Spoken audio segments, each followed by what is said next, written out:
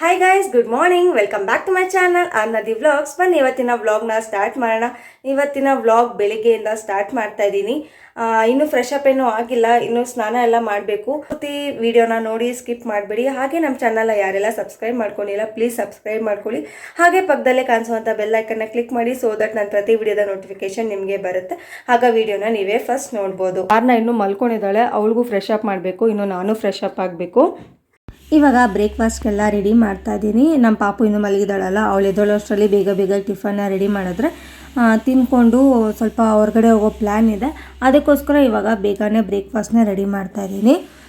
ಬ್ರೇಕ್ಫಾಸ್ಟ್ಗೆ tomato Baat ಮಾಡೋಣ ಅಂತ ಮೆಂತ್ಯ ಸೊಪ್ಪು ಎಲ್ಲ ಹಾಕ್ಬಿಟ್ಟು ಟೊಮೊಟೊ ಬಾತ್ನ ಮಾಡ್ತಾಯಿದ್ದೀನಿ.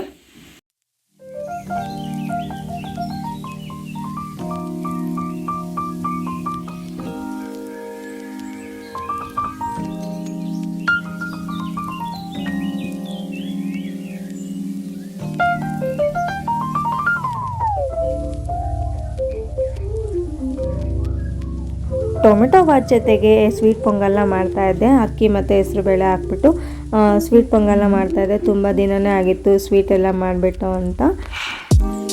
ಪೊಂಗಲ್ಲು ಅಷ್ಟೇ ಟೇಸ್ಟಿಯಾಗಿ ತುಂಬಾ ಚೆನ್ನಾಗಿ ಆಗಿತ್ತು.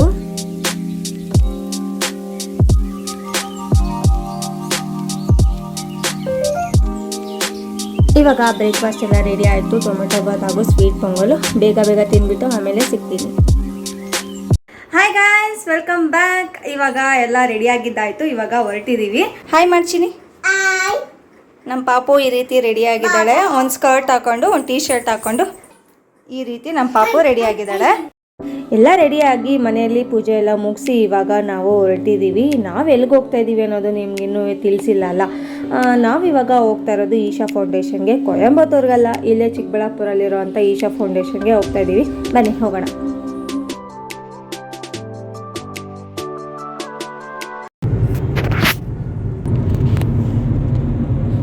ನಿದ್ದೆ ಬರ್ತಿದ್ಯಮ್ಮ?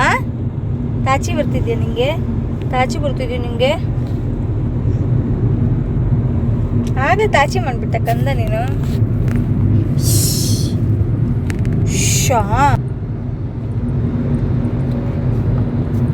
ಹಾಯ್ ಮಾಡು. ನೀನು ರೈಮ್ಸ್ ಹೇಳು. ಅವ್ರನ್ನ ರೈಮ್ಸ್ ಹೇಳು. ನೀನು ಯಾವ್ದು ಹೇಳ್ತೀಯಾ?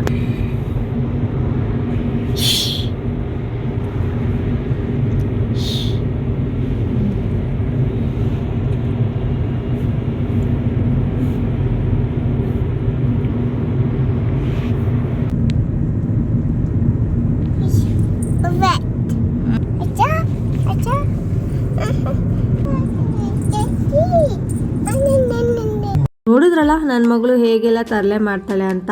ಇದೆಲ್ಲ ಕಮ್ಮಿನೇ, ಇನ್ನೂ ತುಂಬಾ ತೀಟೆ ಮಾಡ್ತಾಳೆ, ತರಲೆ ಮಾಡ್ತಾಳೆ. ಮನೆಯಲ್ಲೇ ತೀಟೆ ಜಾಸ್ತಿ ಅಂತ ಅಂದರೆ ಆಚೆ ಬಂದಮೇಲಂತೂ ಹೈಪರ್ ಆ್ಯಕ್ಟಿವ್ ಆಗೋಗ್ಬಿಡ್ತಾಳೆ. ಸಖತ್ತು ತೀಟೆ ಮಾಡ್ತಾಳೆ. ಅವಳು ಹಿಡಿಯೋ ಅಷ್ಟರಲ್ಲೇ ಸಾಕಾಗ್ಬಿಡುತ್ತೆ. ಇವಾಗ ನಾವು ಎಂಟ್ರಿ ಆಗ್ತಾ ಇದ್ದೀವಿ ಸದ್ಗುರು ಸನ್ನಿಧಿಗೆ. ಇಲ್ಲಿಂದ ಶಿವನ ಸ್ಟ್ಯಾಚ್ಯೂಗೆ ಒಂದು ಮೇ ಬಿ 3 to 4 ಕಿಲೋಮೀಟರ್ಸ್ ಆಗ್ಬೋದು ಅಂದ್ಕೊಂಡಿದ್ದೀನಿ. ಕರೆಕ್ಟಾಗಿ ನನಗೂ ಗೊತ್ತಿಲ್ಲ, ಮೇ ಬಿ ಆಗ್ಬೋದು ಅನಿಸುತ್ತೆ. ರೋಡ್ ಅಂತೂ ಚೆನ್ನಾಗಿದೆ, ಆರಾಮಾಗಿ ಹೋಗಿ ಆರಾಮಾಗಿ ಬರ್ಬೋದು. ಸುತ್ತಮುತ್ತ ಬೆಟ್ಟ ಗುಡ್ಡ ಮರ ಗಿಡ ಎಲ್ಲ ವ್ಯೂ ಅಂತೂ ಸಖತ್ತಾಗಿದೆ. ವೆದರು ಅಷ್ಟೇ ಸ್ವಲ್ಪ ಬಿಸಿಲು ಬರ್ತಾಯಿತ್ತು, ಇನ್ನೊಂದು ಸ್ವಲ್ಪ ಹೊತ್ತಿಗೆ ಮೋಡ ಮುಚ್ಕೊತಾ ಇತ್ತು. ಹಂಗೂ ಹಿಂಗೂ ಇತ್ತು. ಒಟ್ಟಿನಲ್ಲಿ ಒಂಥರ ತಂಪಾಗೆ ಅಂತ ಅನ್ನಿಸ್ತಾ ಇತ್ತು. ಇವಾಗ ಇಲ್ಲಿ ಏನು ಕಾಣಿಸ್ತಿದೆ ಬಂಡೆ, ಇದ್ರ ಮೇಲೇ ಸ್ನೋಫಾಲ್ ಅಂತೂ ಆಗಿಬಿಟ್ರೆ ಹೆಂಗಿರುತ್ತೆ ಅಲ್ಲ, ಅಲ್ಟಿಮೇಟ್ ಆಗಿರುತ್ತೆ. ಕಾಶ್ಮೀರು ಮನಾಲಿಗಿಂತ ಕಮ್ಮಿ ಇರೋದಿಲ್ಲ, ಅಷ್ಟೇ ಸಕ್ಕತ್ತಾಗಿರುತ್ತೆ. ನಮ್ಮ ಪಾಪು ಅಂತೂ ಒಬ್ಳೊಬ್ಳೆ ಏನೇನೋ ಮಾತಾಡ್ಕೊತಾ ಇರ್ತಿದ್ಲು. ಅವಳ ಪಾಡುಗಳು ಮಾತಾಡ್ಕೊಂಡಿರ್ತಾಳೆ. ಅದು ಏನು ಮಾತಾಡ್ತಾ ಇರ್ತಾಳೋ ಏನೋ, ಒಂದೊಂದು ಅರ್ಥ ಆಗುತ್ತೆ, ಒಂದೊಂದು ಅರ್ಥ ಆಗೋದಿಲ್ಲ. ಅವಳ ಪಾಡುಗಳು ಅವಳ ಟೈಮ್ನ ಅವಳು ಎಂಜಾಯ್ ಮಾಡ್ಕೊಂಡು ಮಾತಾಡ್ಕೊಂಡಿರ್ತಾಳೆ. ನೋಡಿ ಇಲ್ಲಿ ರೈಟ್ ಸೈಡಲ್ಲಿ ನಿಮಗೆ ಕಾಣಿಸ್ತಾ ಇರ್ಬೋದು ಇವಾಗ ಶಿವನ ಸ್ಟ್ಯಾಚು. ಬನ್ನಿ ಇವಾಗ ಹತ್ರದಿಂದ ಹೋಗಿ ನೋಡೋಣ. ಇದು ಸ್ಟಾರ್ಟ್ ಆಗಿ 1-2 ಇಯರ್ಸ್ ಆಗಿರ್ಬೋದು ಅನಿಸುತ್ತೆ. ಅವಾಗಿಂದ ಹೋಗಬೇಕು ಅಂದ್ಕೊಂಡು ಹೋಗೋಕ್ಕೆ ಆಗಿರಲಿಲ್ಲ. ಇವಾಗ ಟೈಮ್ ಕೂಡ ಬಂದಿದೆ. ಬನ್ನಿ ಇವಾಗ ಹೋಗಿ ನೋಡೋಣ. ಇವಾಗ ನಾವು ಶಿವನ ಸ್ಟ್ಯಾಚು ಹತ್ರ ಎಂಟ್ರಿ ಆಗ್ತಾ ಇದ್ದೀವಿ. ಕೆಳಗಡೆ ಏನೋ ಟೆಂಪಲ್ ಇದೆ ಅಂತಾರೆ. ಇದೇ ಫಸ್ಟ್ ಟೈಮ್ ಬರ್ತಾ ಇರೋದು. ಹೋಗಿ ನೋಡೋಣ ಯಾವ ರೀತಿ ಇದೆ ಏನು ಅಂತ ಅಂದ್ಬಿಟ್ಟು.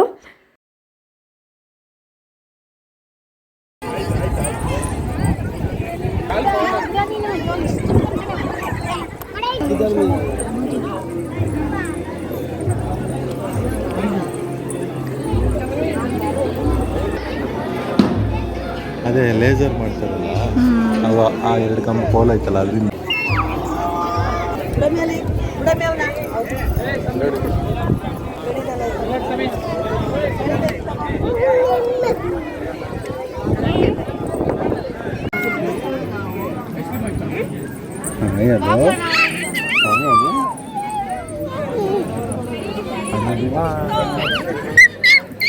ನಾವು ಒಳಗಡೆ ಹೋಗ್ಬಿಟ್ಟು ಬಂದ್ವಿ. ಇವಾಗ ಒಳಗಡೆ ಏನು ಫೋಟೋಸ್ ಆಗಲಿ ವೀಡಿಯೋಸ್ ಆಗಲಿ ಏನೋ ಅಲೋ ಇಲ್ಲ. ಈಚೆ ಕಡೆ ಬಂದು ಇವಾಗ ಫೋಟೋಸ್ ಅಥವಾ ವೀಡಿಯೋಸ್ನ ಕ್ಯಾಪ್ಚರ್ ಮಾಡ್ತಾ ಇದ್ದೀವಿ.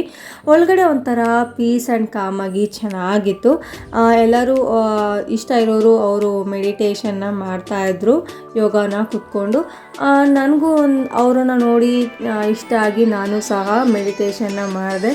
ಒಂಥರ ಫೀಲ್ ಚೆನ್ನಾಗಿತ್ತು. ಸುತ್ತಲೂ ಬೆಟ್ಟ, ಮಧ್ಯದಲ್ಲಿ ಶಿವನ ಸ್ಟ್ಯಾಚು, ಆ ದೇವಸ್ಥಾನ ಸುತ್ತಮುತ್ತ ತುಂಬಾ ಸ್ಪೇಷಿಯಸ್ ಆಗಿರುವಂಥ ಜಾಗ.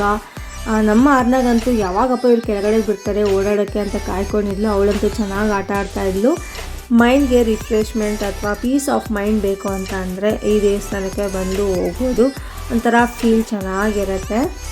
ಅಲ್ಲಿ ನೋಡಿದ್ರೆ ಜನನೇ ಇಲ್ಲ ಅಂತ ಅನಿಸುತ್ತೆ. ಇಲ್ಲಿ ಬಂದು ನೋಡಿದ್ರೆ ಪಾರ್ಕಿಂಗ್ ಹತ್ರ ಎಲ್ಲ ಫುಲ್, ಕಾರ್ ಪಾರ್ಕಿಂಗ್ ಆಗಿರ್ಬೋದು ಅಥವಾ ಬೈಕ್ ಪಾರ್ಕಿಂಗ್ ಆಗಿರ್ಬೋದು ಎಲ್ಲ ಫುಲ್ಲಾಗಿರ್ತವೆ.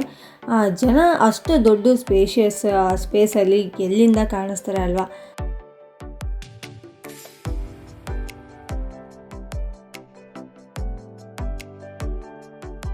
ಬರಬೇಕಾದ್ರೆ ಈ ಸೀನ್ರಿ ಅಂತೂ ಚೆನ್ನಾಗಿತ್ತು. ಹಾಗೆ ಅಲ್ಲೇ ಪಕ್ಕದಲ್ಲೇ ಕಬ್ನಾಲ್ ಮಾಡ್ತಾಯಿದ್ರು, ಅದನ್ನು ಸಹ ತಗೊಂಡು ಕುಡಿದ್ವಿ.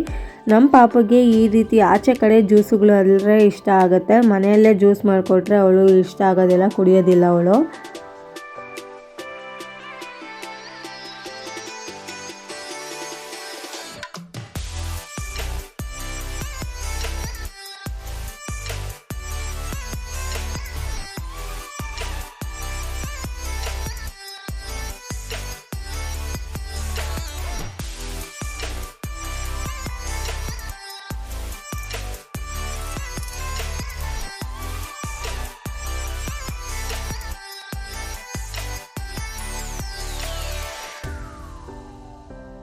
ಆನ್ ದ ವೇ ಬರ್ತಾ ಹಾಗೆ ಊಟ ಎಲ್ಲ ಮುಗಿಸ್ಕೊಂಡು ಇವಾಗ ಇನ್ನೊಂದು ಪ್ಲೇಸ್ಗೆ ಬಂದಿದ್ದೀವಿ.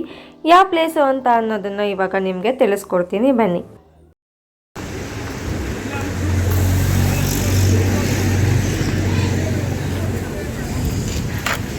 ಹಾಯ್ ಗಾಯ್ಸ್, ಇವಾಗ ನಾವಿದ್ದೀವಿ ಯಾವ ದೇವಸ್ಥಾನ ಸುನಿ? ಭೋಗನಂದೀಶ್ವರ ದೇವಸ್ಥಾನದಲ್ಲಿ. ಬನ್ನಿ ಒಳಗಡೆ ಹೋಗಿ ನೋಡೋಣ ಹೇಗಿದೆ ದೇವಸ್ಥಾನ ಅಂತ. ಇದೇ ಫಸ್ಟ್ ಟೈಮ್ ಈ ದೇವಸ್ಥಾನಕ್ಕೆ ಬರ್ತಾ ಇರೋದು.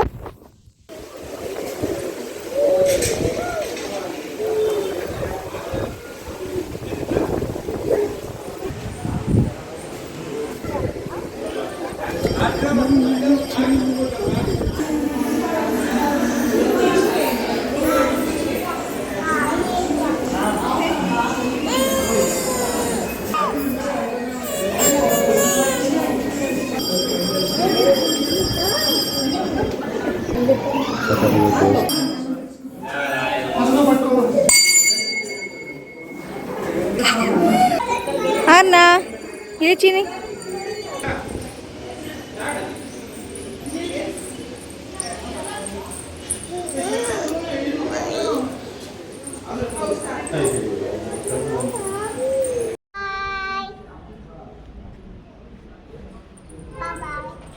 ಈ ಟೆಂಪಲ್ ಅಷ್ಟೇ ಚೆನ್ನಾಗಿದೆ. ಕಲ್ಯಾಣಿ ಎಲ್ಲ ಚೆನ್ನಾಗಿದೆ ಅಂತ ಹೇಳ್ತಾ ಇದ್ರು.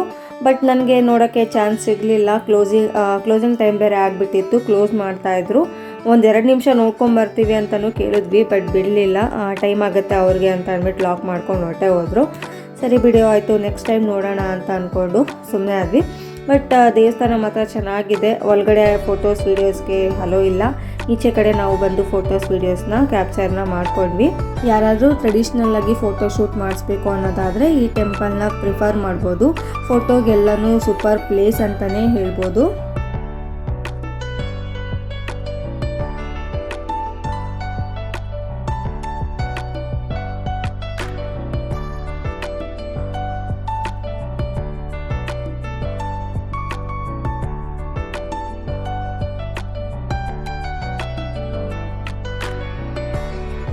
ನೋಡಿದ್ರಲ್ಲ ಇವತ್ತಿನ ದಿನ ಹೇಗಿತ್ತು ಅಂತ. ಈ ಬ್ಲಾಗ್ನ ನಾನು ಇಲ್ಲಿಗೆ ಎಂಡ್ ಮಾಡ್ತಾ ಇದ್ದೀನಿ. ಮತ್ತೆ ನಾನು ನೆಕ್ಸ್ಟ್ ವಿಡಿಯೋದಲ್ಲಿ ಸಿಗ್ತೀನಿ. ಅಲ್ಲಿ ತನಕ take care, bye. Please subscribe to my channel. Bye.